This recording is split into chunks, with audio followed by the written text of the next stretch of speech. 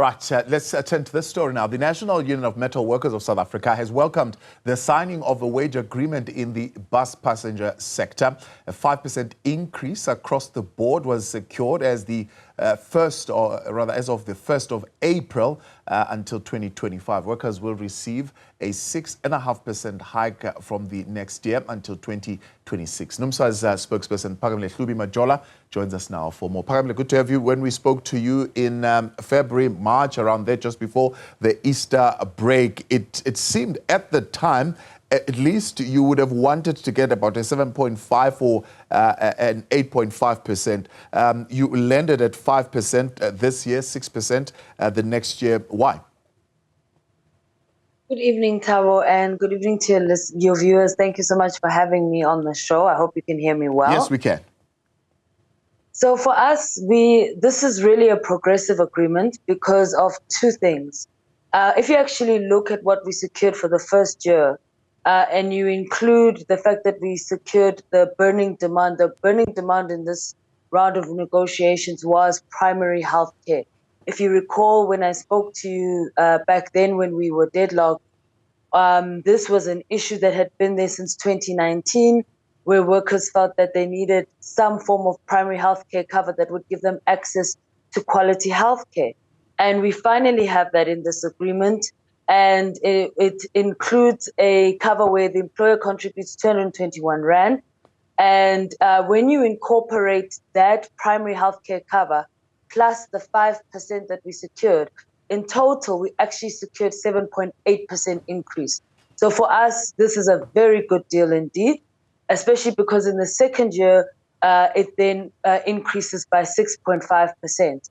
So we have, in this agreement, secured the really big issue that members had been demanding, and as a union, we feel very satisfied because of that.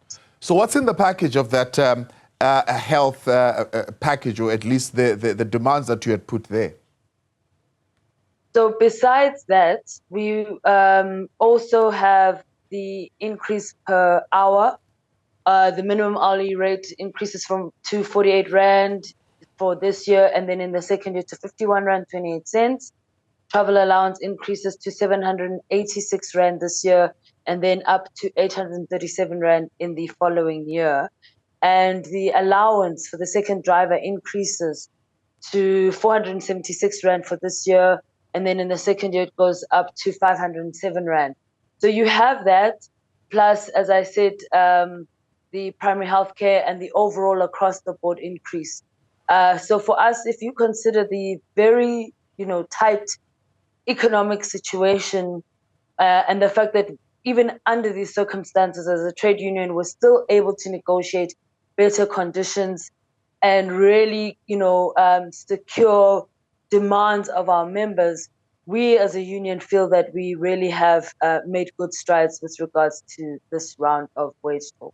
So, I mean, the big issue also that you would have wanted to address was the paying of sufficient S&Ts for workers who drive long distances, and the fact that you would need that second driver as well. Otherwise, drivers are forced to drive long distances and creating a lot of road hazard as well. Has that now been addressed adequately?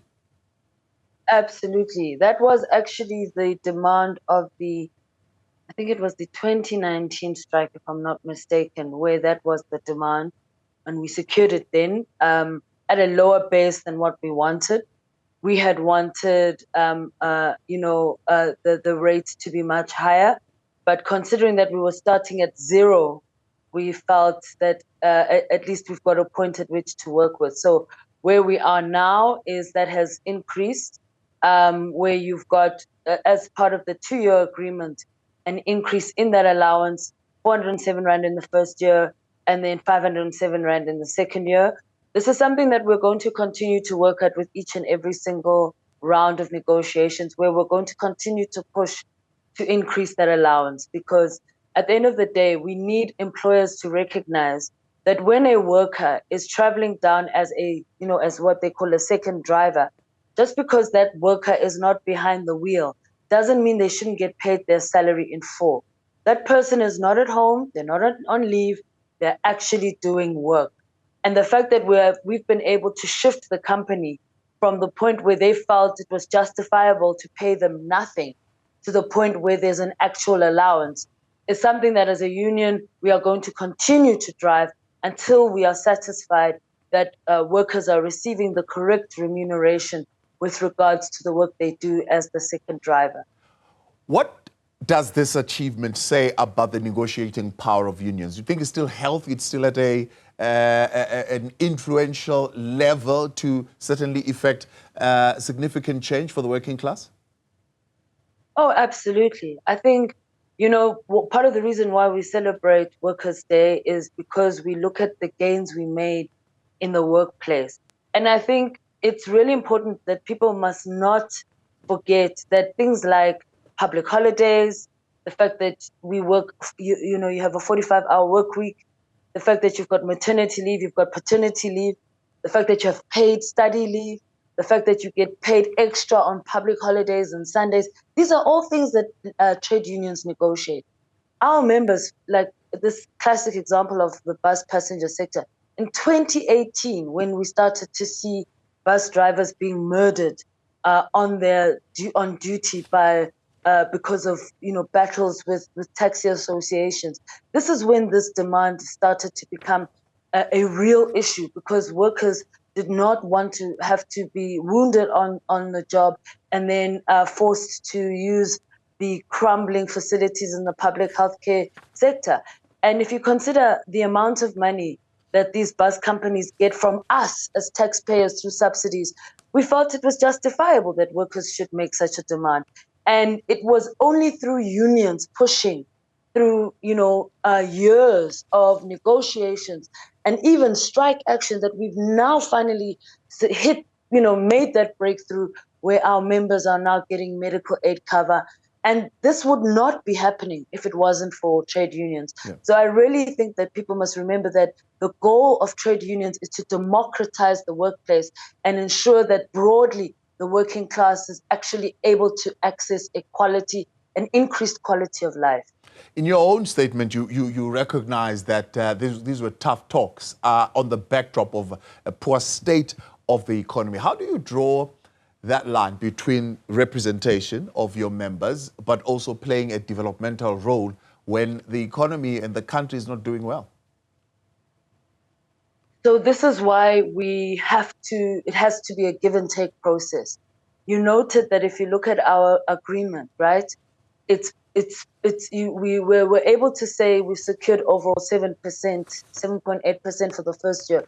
But that's because we've managed to split the priorities in terms of ensuring that we try and get the best of both worlds. So it's 5% at the wage level, but it incorporates this addition of the medical aid. And that is a result of negotiation where we've had to compromise, where we've also had to, if you recall, we had come into the wage talks wanting a double-digit increase. And look at where we've settled now. And that shows you that we're a trade union that is actually willing to take cognizance of the financial situation. If you look at our engagements, for example, Thabo, in the Metals, Engineering and Industries Bargaining Council, we as Numsa have said to the employers, we are aware of the very serious challenges that particularly small and medium-sized firms face in engineering, which is why we're saying that we are asking for a 1% more increase for this round of negotiations, bearing in mind the impact of what's happening in the steel sector. And if you look at what's happened with how the load shedding has destroyed so many companies. So we can't be operating outside of the context of the pressures of the economy, because at the end of the day, we want to make sure that whatever we settle on is sustainable. We don't want to have a situation where down the line, the employers use what we have negotiated as an excuse to now, possibly, execute some form of restructuring or Section 189 or retrenchments. So that is always our primary focus. Phakamile Hlubi-Majola, appreciate your time. Thanks so much for coming on this evening. Numsa's Phakamile there. Right.